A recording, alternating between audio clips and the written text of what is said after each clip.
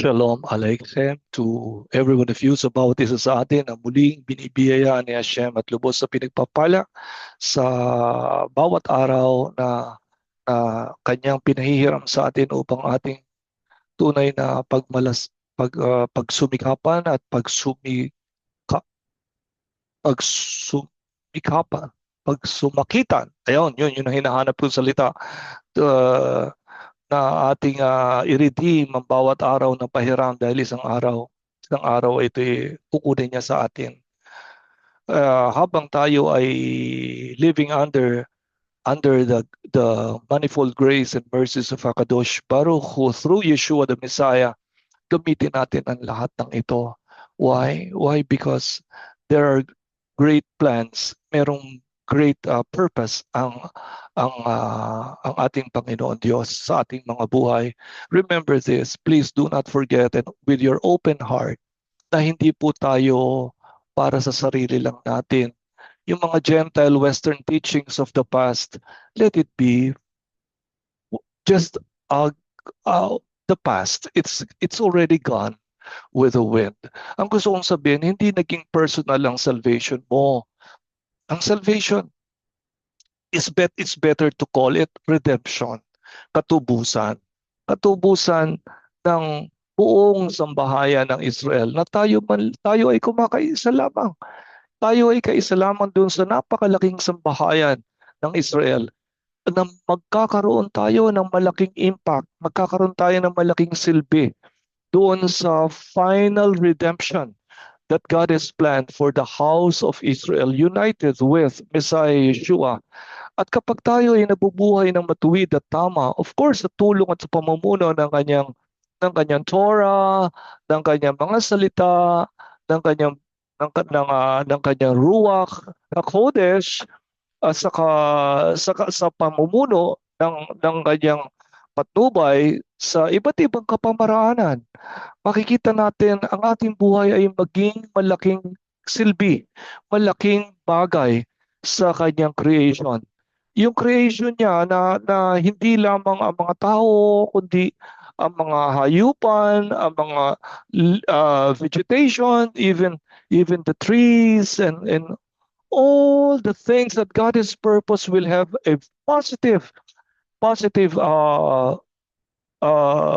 benefit, a positive benefit mula sa ating mga buhay. Everything is connected.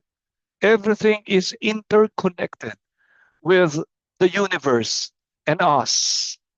Remember that, my friends, and of course, with the Holy One of Israel through Yeshua, the Messiah, our Lord. Ang ating Torah parashot ngayon ay back-to-back. It is Tazria at ang Metzora. At makikita natin ito sa aklat ng Vayikra or sa aklat ng Leviticus sa kabanatang 12, 13 at 14. Perek Yod Beit and Perek Yod Gimel and Perek Yod Dalet.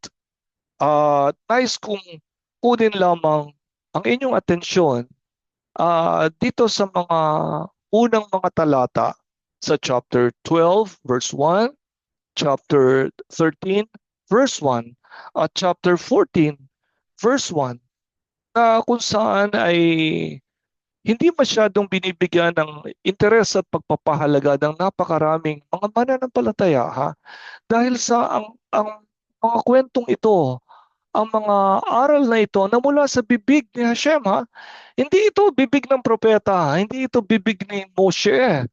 Ito ay mula sa bibig ni HaKadosh Baruch Hu, the Holy One, blessed be He, the Holy One of Israel, the God of Abraham, Yitzchak, and Yaakov Himself. Makikita mo na hindi ito pwedeng maging obscure o hindi ito pwedeng maging expired o wala ng kabuluhan sa year 2025 o sa Jewish calendar 5785. No. Why? Because the Word of God has no expiration date.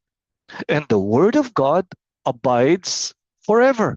Nananatili po ito magpakailan paman. Ibig sabihin nun, that word which abides forever through the generations of time, that passes through the corridors of time, has a big, big, big potential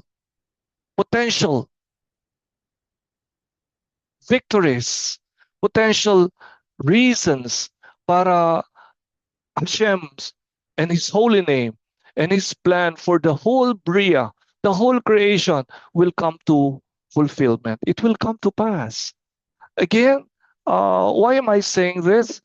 Kasi itong Parashat Tazria, parang pag binasa mo sa mga English translation, o kaya lalo pag binasa mo sa Tagalog, o sa ibang mga translations, hindi mo na talaga makikita ang kahulugan.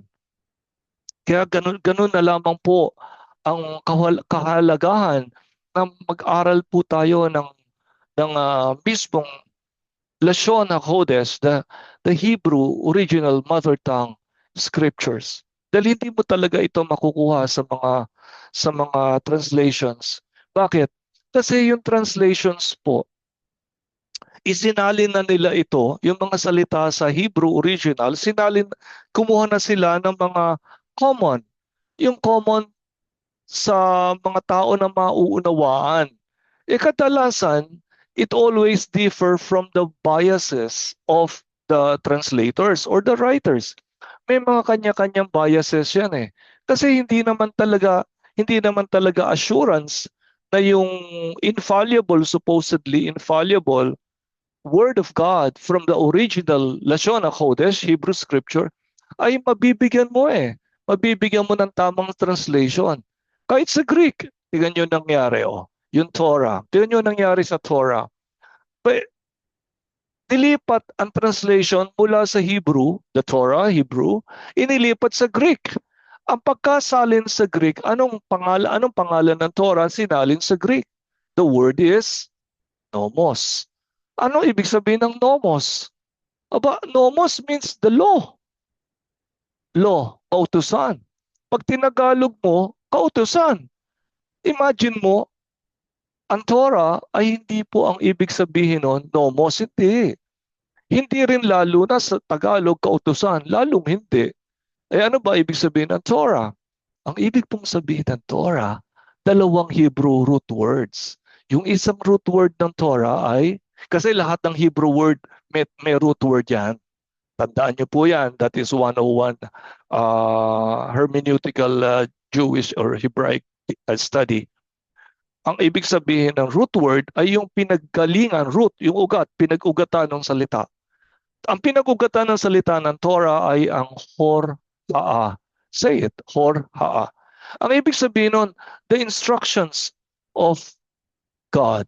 Ang instruksyon ng Diyos para sa bayang Israel at para sa lahat ng mga taong nangauuhaw kay Hashem na gustong aralin ang kanyang Torah. It is first designed to the Jewish people.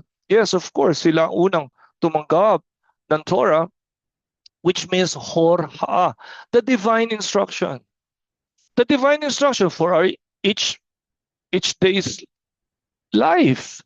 Pangalawa, ang ibig sabihin ay yara. Hor-ha'a and yara. Parehong Hebrew Wala kang kailangan gumamit ng Greek, Italian, German, English. Hindi.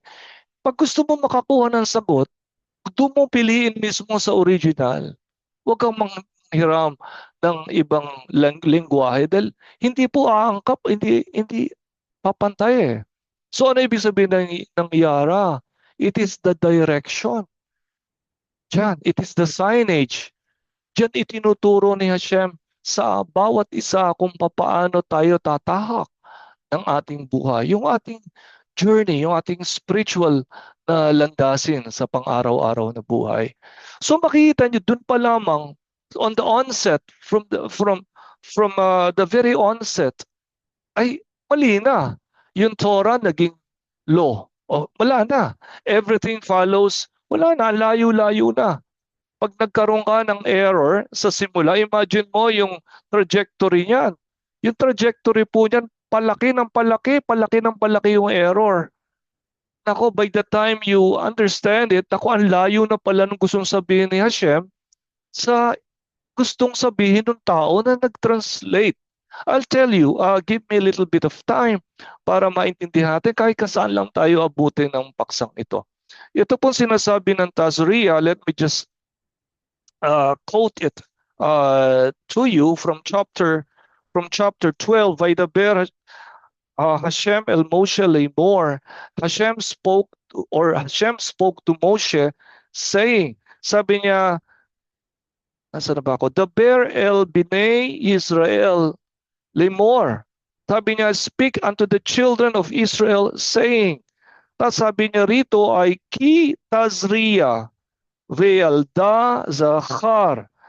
When a woman conceives and gives birth to a male, zachar ve'tam'a shiv'at yamim kimei nidat Torah or divota itma. Tingnan niyo po ang sinasabi ng Art Scroll, yung translation sa English. Ang sabi niya dito, when a woman conceives and gives birth to a male, zachar, sabi niya a male, she shall be contaminated for 7 days. During the days of separation in infirmity she shall be contaminated. Tapos sinabi dito sa verse 3, on the eighth day, the flesh of his foreskin, patungkol na to sa bata, yun daw flesh, yung orla, the foreskin, the foreskin of the child, the flesh of the foreskin shall be circumcised. So, pag binasa mo ito, parang it doesn't make sense. Bakit? Dahil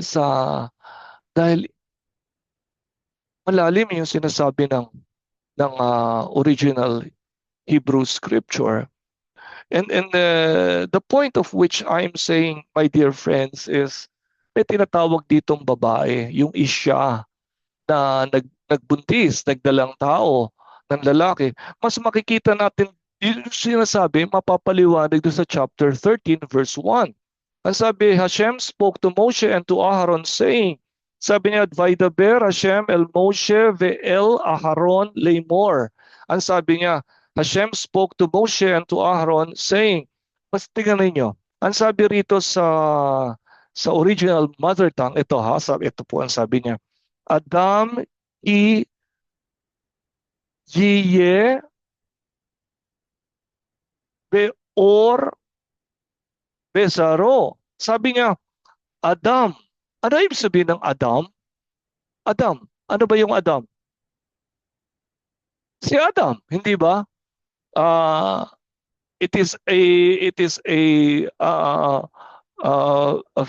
male figure, si Adam. Pero sa original Hebrew, ginamit niya yung Adam kasi malalim ang gusto niyang sabihin. It speaks of Adam, yung unang nilikha ni Hashem. Tapos, meron din babae na nilikha si Hashem which speaks of Chava or Eve. Pero on a deeper level, ang ibig sabihin ni Hashem dito, ay alam niyo ba kung sino? Si Mashiach, Messiah, our Lord. Bakit?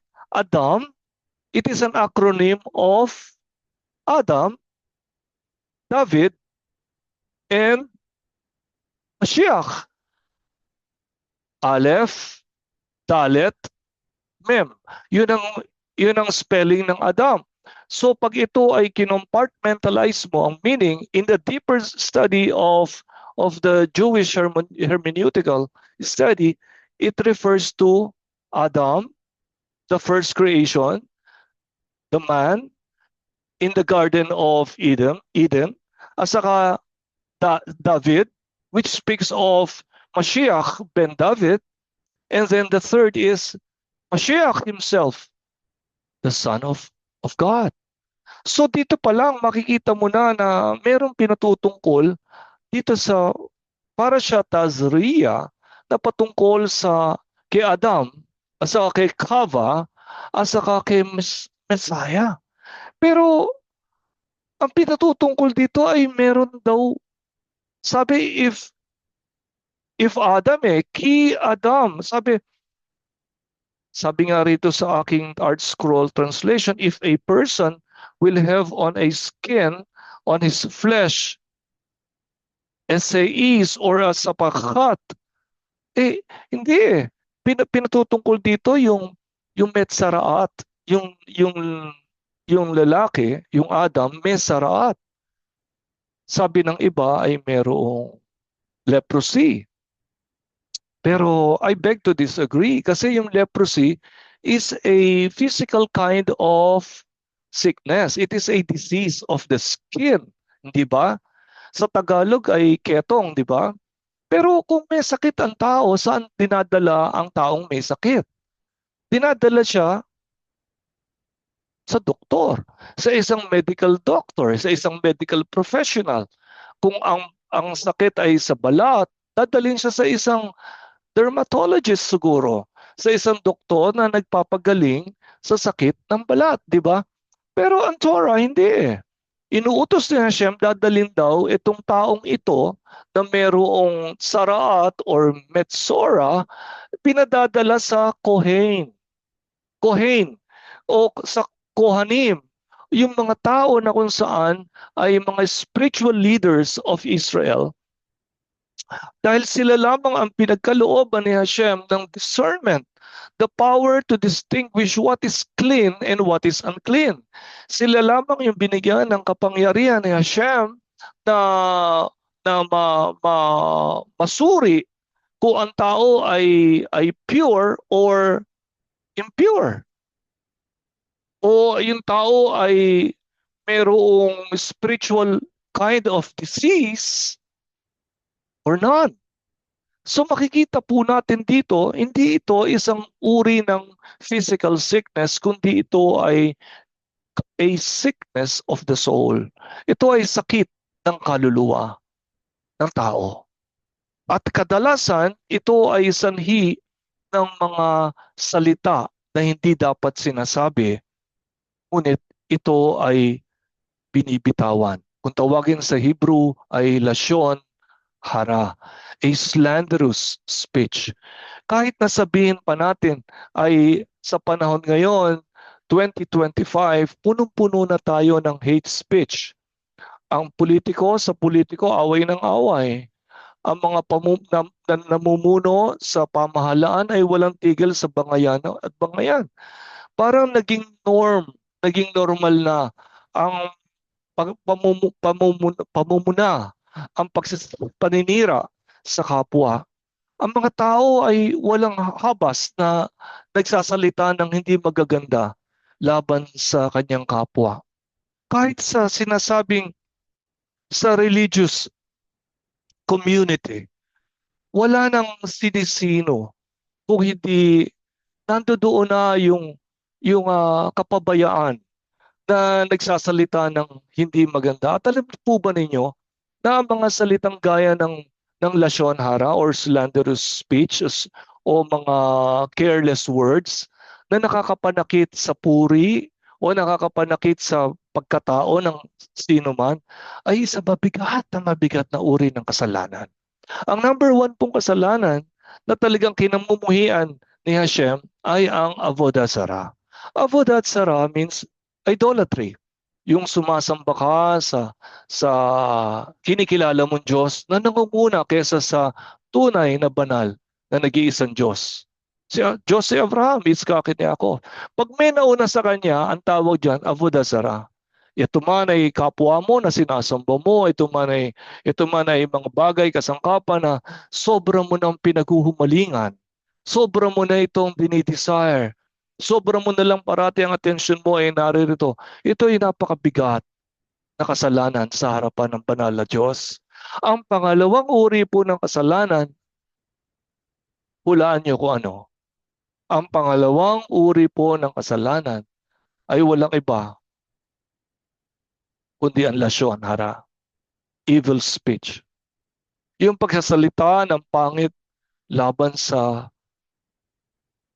tao. Yung tao na na kung saan kahit na mukhang tama ang sinasabi mo, pero pag binitawan mo ito sa iyong bibig, alam niyo po ba kung ano nangyayari? Ito po ang mangyayari. Nagkukos po ito ng negative spiritual effect. Una dun sa taong nagsalita. Nagkakaroon ito ng mga negative spiritual waves. Kumakalat po ito. At ito ay nagkukos ng damage doon sa tao nagsasalita. Hindi doon sa sinisiraan niya. O hindi ito sa kinukwento niya. Kahit maganda pa ang kwento mo. Pero ang intention mo ay hindi ayon sa pinag-uutos ni Hashem. Kahit sabihin mo na pagkwentuhan lang sa loob ng dinner table o napagkwentuhan lang sa loob ng kwarto, kayong mag-asawa o kaya kayong mag-ina o mag-ama o magkapatid, pero nakasanayan nyo na eh. Nakasanayan ng magsalita ng hindi nararapat sabihin. Kaya nga sinasabi nga, every idle word that we speak shall be judged in the day of judgment. Napakabigat po. Di po pa meron pa sinabi sa Mishlei, sa Proverbs chapter 18 verse 21, ang sabi ito puro na ay death and life are in the power of the tongue. Makapangyarihan itong ating dila. At silang mga umiibig ng mga salitang ito, they shall reap the fruit of it. Aanihin ng tao yung mga salita na kanyang sinasalita. Makita po natin at ang masakit po nito na yung pinakaunang victim ng mga salitang hindi maganda, yung tao nagsasalita.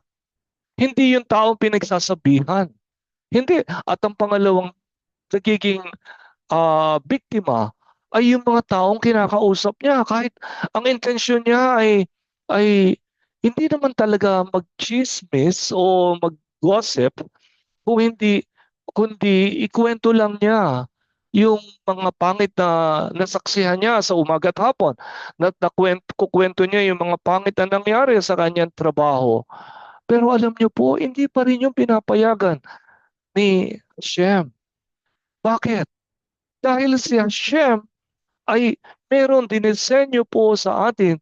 Ang disenyo po niya sa atin ay ang gusto po niya, ang kaharap natin sa pang-araw-araw ay walang iba kung hindi siya.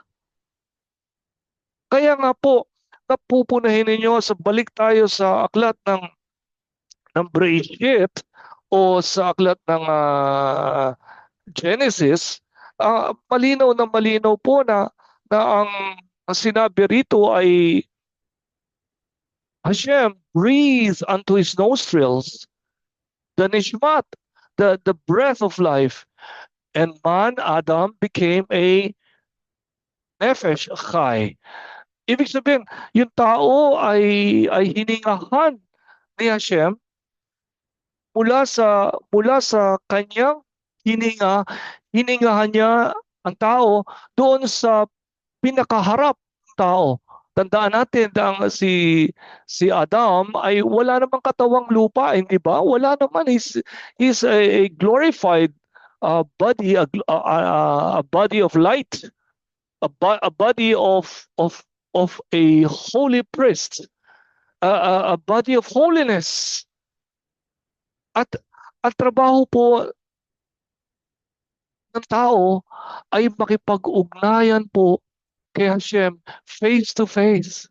Ang gusto ni Hashem tayo araw-araw, tayo ay humaharap sa Kanya panim panim. Kaya yung ginawa niya kay Moshe Rabbeinu, sabi niya, si Moshe speaks to me face to face, panim panim. Ibig sabihin nun, pasdan mo po ito maigi. Ito yung napakalalim sa mga titik at aklat ng Torah from the original. Si Adam, siya po ay hinihingahan ni Hashem. Kung paanong tayo man ay tumatanggap ng hininga ni Hashem araw-araw.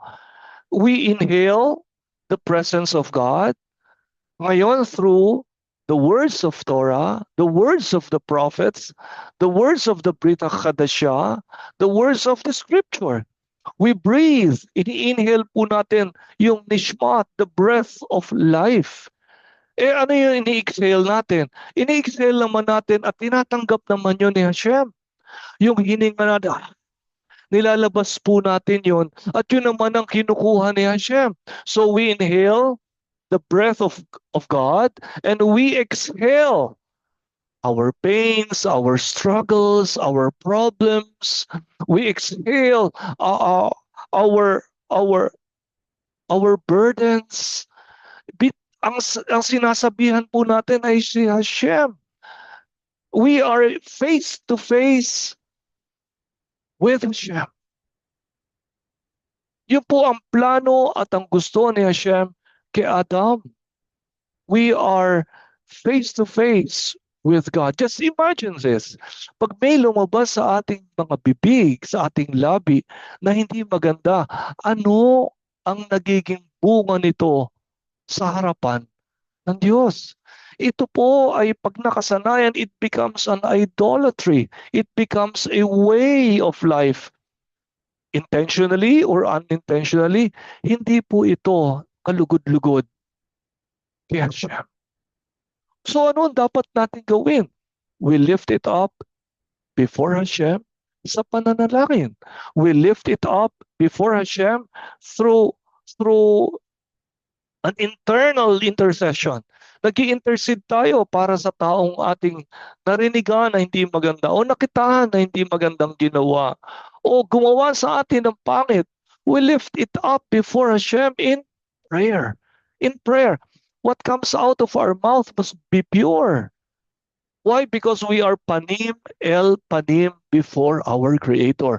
We are face to face with our Creator, day in, day out. Tingnan niyo po, itong sinabi sa Tazria, itong woman, na kapag itong woman na to nagdalang tao, sino ba itong woman na to? Of course, the first woman created by God. Sino yon? Si Chava or Eve. Alam niyo po ba ang nangyari dito? Sa chapter 2 ng Genesis or Bereshit. Ang sabi ni Hashem dito na hindi maganda na si Adam na kanyang nilikha ay sabi niya sa verse 18, and Hashem, God said, it is not good that man be alone. I will make him a helper corresponding to him. Gagawan ko siya. I will make him. Okay? Make. So, I will make. So, si Chava or si Eve, ginawa ni Hashem mula kay Adam. Sabi niya dito, now Hashem God formed out of a dry ground and from the piece of it. Wait, I'll go down. Dito ako pupunta. Okay, tingnan natin ha. Sa verse 21. So Hashem God cast a deep sleep upon the man, si Adam. And he slept. Pinatulog ni Hashem si Adam. Okay? And he slept. And he took one of his sides.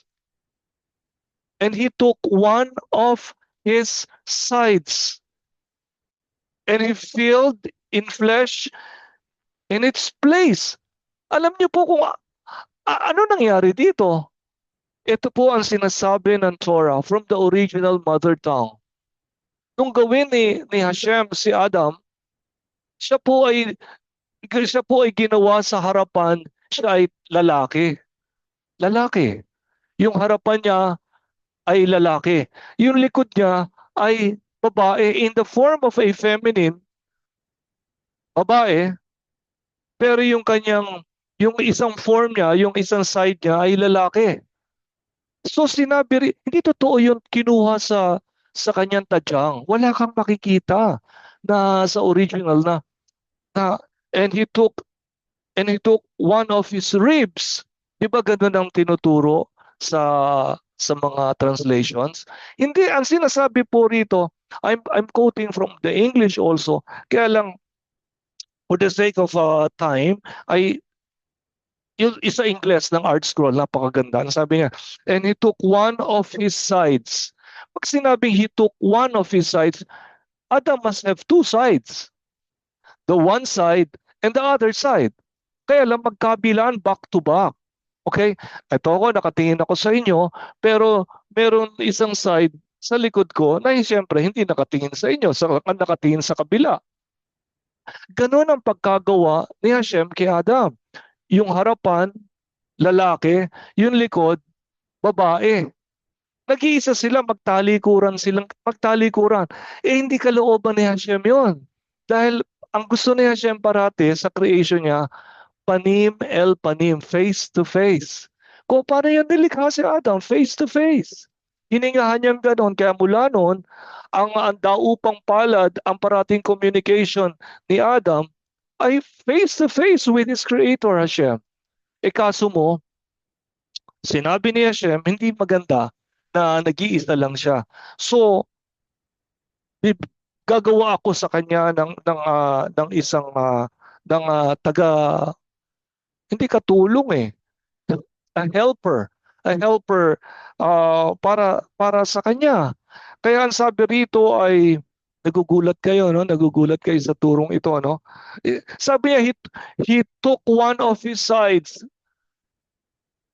Kinuha niya yung side na nasa likod, kinuha niya yung side na yon, at pagkatapos doon, ang sabi, and Hashem filled in flesh in its place. Tapos sabi niya, in verse 22, and Hashem God fashioned the side. He fashioned the side that he had taken from the man into a woman.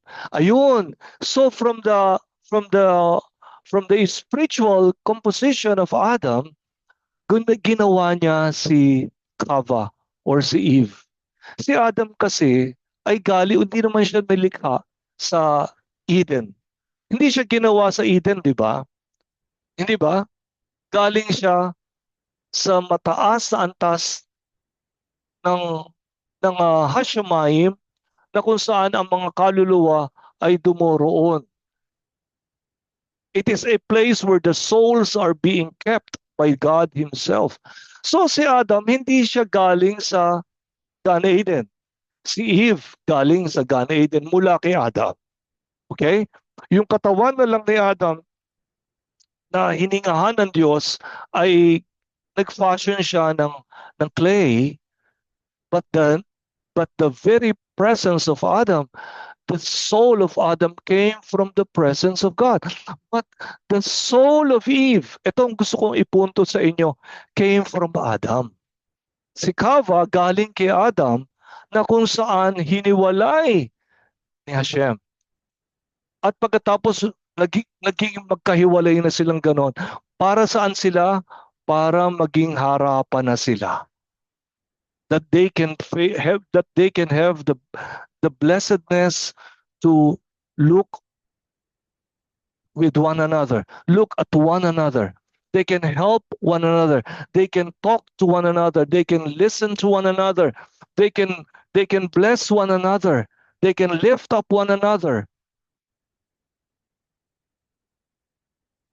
So dito, ipinupunto po ng ating Panginoon sa onset ng Torah Tazria, sa Parashat Tazria rather, na ang kalooban ni Hashem ay tunay na magsasalita si Adam at saka si Chava ng magagandang bagay. Hindi po pwedeng magkakaroon ng hindi magandang salitaan sa dalawang ito. Makikita natin, nagkaroon na ng kasalanan mula sa mga anak ni Adam at Chava, hindi ba sila nagkasala na? Punahin mo lang, I'll go forward, lalayo ako kay Moshe Rabbeinu nung tinawag siya ni Hashem doon sa nagliliyab na yungib sa burning bush. May sinasabi si Hashem na kukunin niya, tatawagan niya si Moshe upang gamitin niyang Goel o papalayain ang bayang Israel doon sa Misraim, Egypt. Nagsalita si Moshe ng hindi niya dapat sabihin. Nagsalita siya ng hindi maganda. Sabi niya, hindi ko kaya. I am a man of slow speech. That's a negative response. Ang sabi ni Hashem, o sige, ipasok mo ang kamay mo sa iyong dibdib, sa iyong garment. Ano ginawa ni Moshe? Pinasok niya, ilabas mo. Paglabas nakita niya, nagkaroon siya ng Metsora. Nagkaroon siya ng saraat. Nagkaroon siya ng sakit mula dong sa salita na binitawan niyang hindi maganda. Pero samantalang sa atin, hindi naman yun kapangit-pangit na salita, hindi ba? But it was a negative response of Moshe before God. Kaya ang epekto noon, nung pinapasok na Hashem ang kanyang kamay dun sa kanyang dibdib, sa balabal, paglabas noon, meron na siyang saraat. Meron na siyang, kung tawagin ay a spiritual disease of the soul due to the words that shouldn't be spoken na sinabi niya. Another example, itong si Miriam, itong ate ni Moshe, hindi ba, na nagsalita siya ng hindi dapat niyang sabihin laban sa kanyang kapatid. Nung nag-asawa ang kanyang kapatid na ng isang babae na hindi niya gusto. Ano man 'yun, sino man 'yun. Pero ang sinabi niya ay hindi maganda laban kay Moshe Rabbeinu. Tandaan natin si Miriam, isa po siyang prophetess. Isa po siyang a very righteous woman of God. Pero hindi license po yon upang magsalita siya ng hindi niya dapat sabihin. At saka greater degree of madrega ang kanyang spirituality, kaya greater than any expectation ni Hashem na hindi na niya dapat sinasabi yung mga bagay na ganoon. So what happened to her? Biglaan siya ay napuno ng saraat. Napuno siya ng Metsora. Naging unclean siya na parang naging kulay kulay niebe. Nagkaroon siya ng sakit na isang taglay na siya ay pwedeng mawala, mamatay. Kaya nag-intercede si Moshe Rabbeinu. Sabi, Hashem, Hashem, please, please, kapatid ko siya, have mercy on her. Agad-agad, tiningin ni Hashem ang panalangin ni Moshe, pinalabas siya outside the camp. Ay ibig sabihin nun, a separation. Dapat siyang ilabas because si Miriam, ay isang considered unclean. Unclean, ibig sabihin hindi siya pwedeng makipagdaupang palad sa kanyang kapwa Hudyo. Lalo na hindi siya pwedeng makipagdaupang palad sa banal na Diyos ang Israel. Kaya po, ito'y isang bagay na ang pagsasalita na hindi nararapat ay isang bagay na hindi natin kailanman mamaliitin o babaliwalain. Halimbawa, may ginawa sa iyo ang iyong kapwa, talagang masakit. Talagang hindi niya dapat ginawa o hindi niya dapat sinabi. Niyura ka niya ang iyong puri. Sinalitaan ka niya ng napakasakit. Still, ang utos po sa atin, kung tayo yung mga mananampalataya, ay hindi po tayo nararapat magsalita pabalik ng hindi maganda sapagkat ito ay hindi makakabuti sa ating mga kaluluwa, ni sa ating katauhan, ni sa ating sambahayan. Wala po itong pupuntahan ni konting maganda man whatsoever.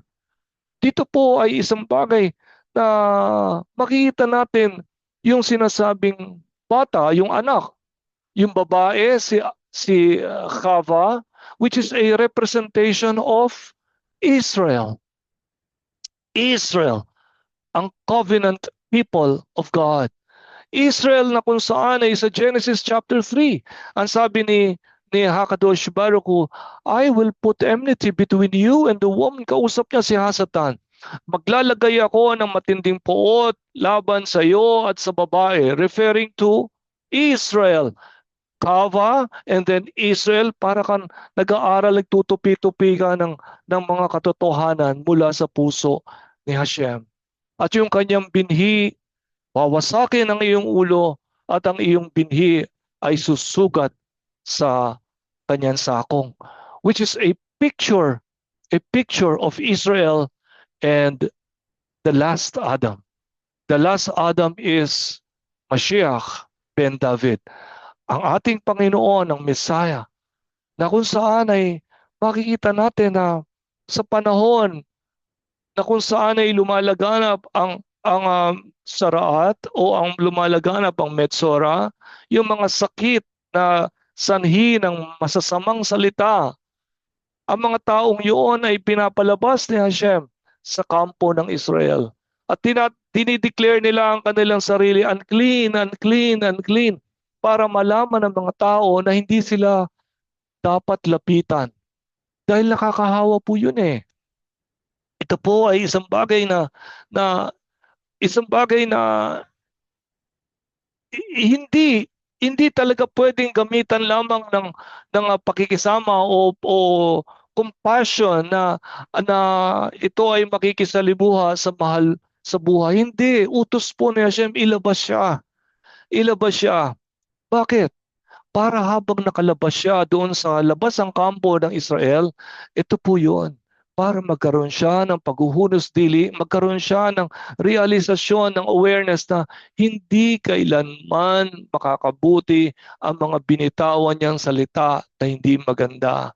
So for the meantime, siya ay ilalabas sa bayang Israel at pagkatapos ay ipatatawag yung Kohen o yung saserdote, titingnan kung siya ay magaling na o hindi pa magaling o baka naapektuhan na yung kanyang tirahan o baka meron na nangyari na na kumalat yung kanyang sakit, karamdaman, lalong makakahawa siya. Ang taong makakapagsabi ng kanyang kalagayan ay ang Kohen lamang. Nang dumating ang ating Panginoong Yeshua, may lumapit sa kanya. Ang sabi sa Brit HaChadashah, and a man approached him, filled, puno ng saraat. Ang sabi ng lalaki, if you will make me clean. Kung kalooban po ninyo, ako ay inyong pagalingin. Alam niyo po ang ating Panginoong Yeshua, ang ginawa po niya, hindi niya sinalita, be made clean. Ang ginawa po niya, lumapit siya dun sa may ketong na punong-puno sabihin natin ketong for lack of better word, yung saraat, yung metsora. Alam niyo ginawa ng ating Panginoon? Inuunat niya ang kanyang kamay. Hinawakan niya. Hinawakan niya. At pinakita niya sa napakaraming mga tao na hinawakan niya yung taong punong-puno ng metsora, ng saraat. At dalian, ang sabi ng ating Panginoon, yes, I want you to be made clean. Yung pag-ibig ni Yeshua na kung saan lahat ng karumihan ng taong yon, ano nangyari? Yeshua came face to face, panim el panim. Doon sa isang Adam, doon sa isang lalaki, who then was filled with Metzora, with Sarat, but he cared less because he is the Lord who comes to all of us, panim el panim. Pwede naman yan sabihin from a distance, mula sa malayuan, okay, go. Go. Be made clean. And you shall be clean. Pwede naman yan sabihin yun Pero ang sabi ng scripture, nilapitan niya. At sa pagkalapit niya ay hindi pa siya nakontento. Hinawakan niya. Ano nangyari nung hawakan niya? That unclean was transferred to him. And he became unclean. He became unclean. Of course, hindi ang kanyang inner person became unclean, but he identified himself. Ito yung sinasabi sa Isaiah 53 na sinabi ni Yeshayahu Hanavi na Isaiah, the prophet, Isaiah 53 verse 4. Ang sabi, and he bore our diseases, our pains from which he suffered, yet he regarded him as punished, stricken and afflicted by God. He was wounded because of our sins, our crimes crushed because of our sins. The disciplining that makes us whole fell on him, and by his bruises or by his stripes we are healed. Yeshua the Messiah, who is always in that position of coming close to all his people, panim el panim, face to face. He wants us to see him.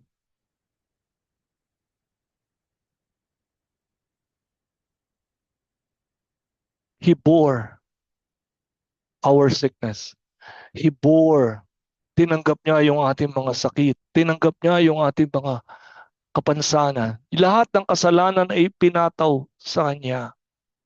This is something that the Torah, HaKedushah, is telling us in Parashat Tazria and Parashat Metzorah.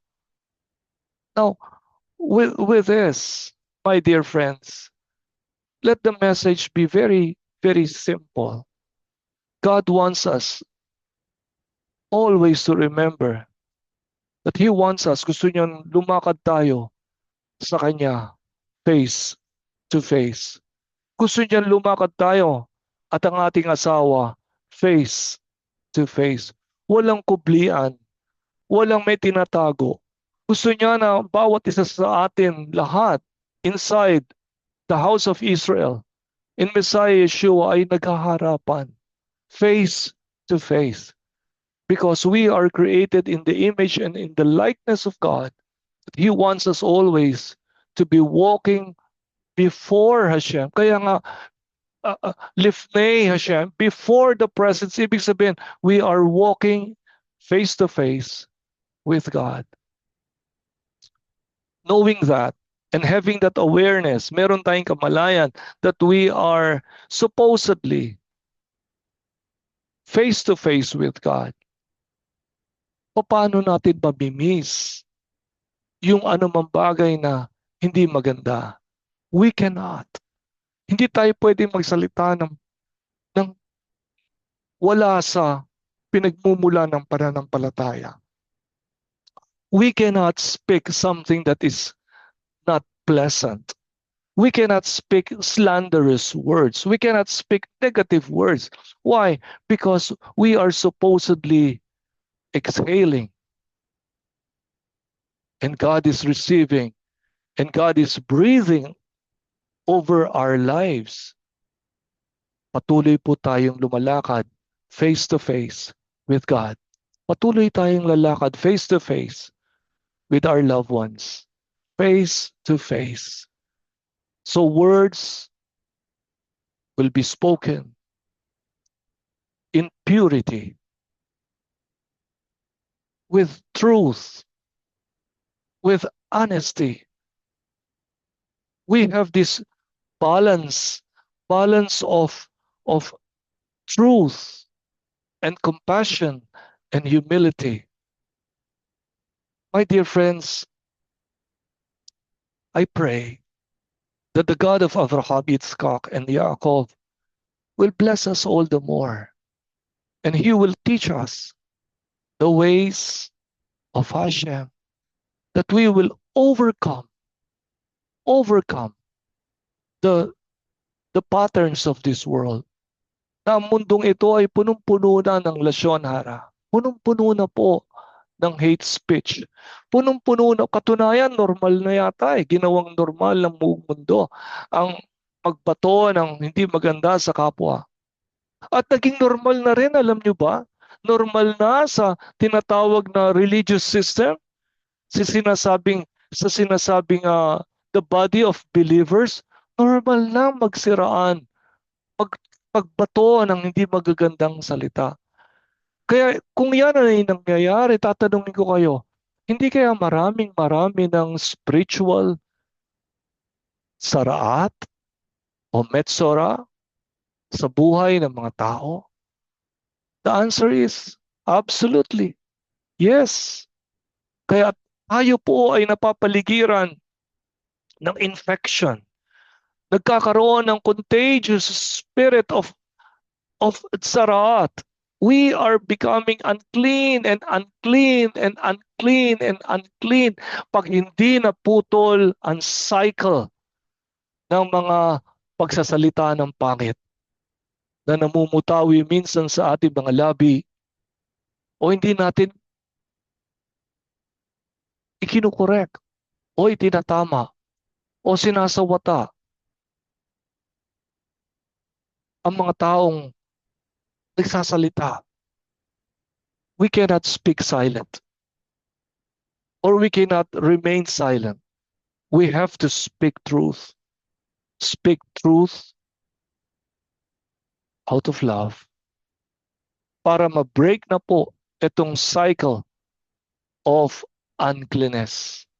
Because if we are not going to arrest this spirit of uncleanness, chances are the world will go down into the drain of hatred, and the coming of Messiah will be delayed. Let us therefore grab hold of this truth. Let us start it. Simulan natin sa ating mga buhay. Pangalawa, sa ating sambahayan. Let us feel the conversations in our dinner table or breakfast table with good, healthy conversations. Wala na po yung salita patungkol sa ibang tao na hindi maganda. Basta, ano man ang dahilan mo, ano man ang dahilan ng sino man, hindi po ito pinapayagan ni Hashem. We tame, we control our lashon, our tongue. Let us practice it. Let us practice it by being careful with our words. If we have nothing good to say, better keep silent. Okay po? Okay po? And believe you me, ang ating Panginoon will be the first one to to to witness and bear witness to our words of testimony. Pag magagandang salita ang lumalabas sa atin. Who will be glorified? Hashem, our Father God. And also, Yeshua will bear witness. He will bear witness. And what about the people? Sabihin mo, paano na yung mga tao nagsasalita sa akin ng pangit? Ginagawan ako ng mali. Listen, my dear friends. They have turned their backs from you. Hindi na sila makaharap sa iyo, di ba? So you have no problem with them. Hayaan mo na lang si Hashem ang mag-deal sa kanila. But it is not your business to speak evil or to speak slanderous words against them. It is not. Remember this. Ang kaharap mo parate, face to face, si Hashem, the Holy One of Israel. Siya ang nagbe-breathe sa iyong kaluluwa every day with nishmat, the breath of life. At tinatanggap niya yung ating mga dalangin, yung ating mga iyak, yung ating mga kapighatian, yung ating kabigatan, yung ating mga suliranin. Sometimes our sins, we repent, tinatanggap niya yun because we exhale to Him. Because never siyang tatalikod sa atin. Never. Never. Pag tumalikod sa atin ang tao, it may be sad, but it's no longer our problem. Kaya sila nakakapagsalita ng pangit laban sa atin. Kahit sabi mo pang religious sila, kahit sabi mo pang spiritual sila, kahit sabi mo meron pa silang posisyon na mga matataas sa posisyon sa spirituality, pero hindi sila maingat sa pagsasalita. They have turned their backs first to Hashem and to us. Wala po tayong business doon. What we do is we pray for them. We pray for them. Iluhod po natin sila. Amen? Yan po ang gawin natin. Pero Lashon Hara, naku. Wag po.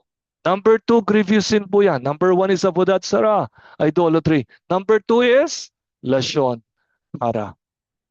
And we are going to be free. We are going to cut the curse of Lashon Hara. From this day on forward, we are going to commit and dedicate our tongue before Hashem and speak good things, beautiful things. Finally, brethren, whatsoever things which are pure, and whatsoever things which are just, and whatsoever things which are lovely, and whatsoever things which are honest, and whatsoever things which are true, if there be any praise, and if there be any virtue, think on these things. Shabbat Shalom, my friends. May Hashem bless you and keep you. May His face shine upon you and be gracious to you. May He lift up His countenance toward you. Puro harapan, ano po? Harapan ng harapan kay Hashem. May He lift up His countenance toward you. May He shine His face before you. And may He give you His shalom. Shabbat Shalom, my dear friends. May you be blessed and may you stay so blessed with your lips. Baruch Hashem. Amen, Ken. Yehí Ratzon.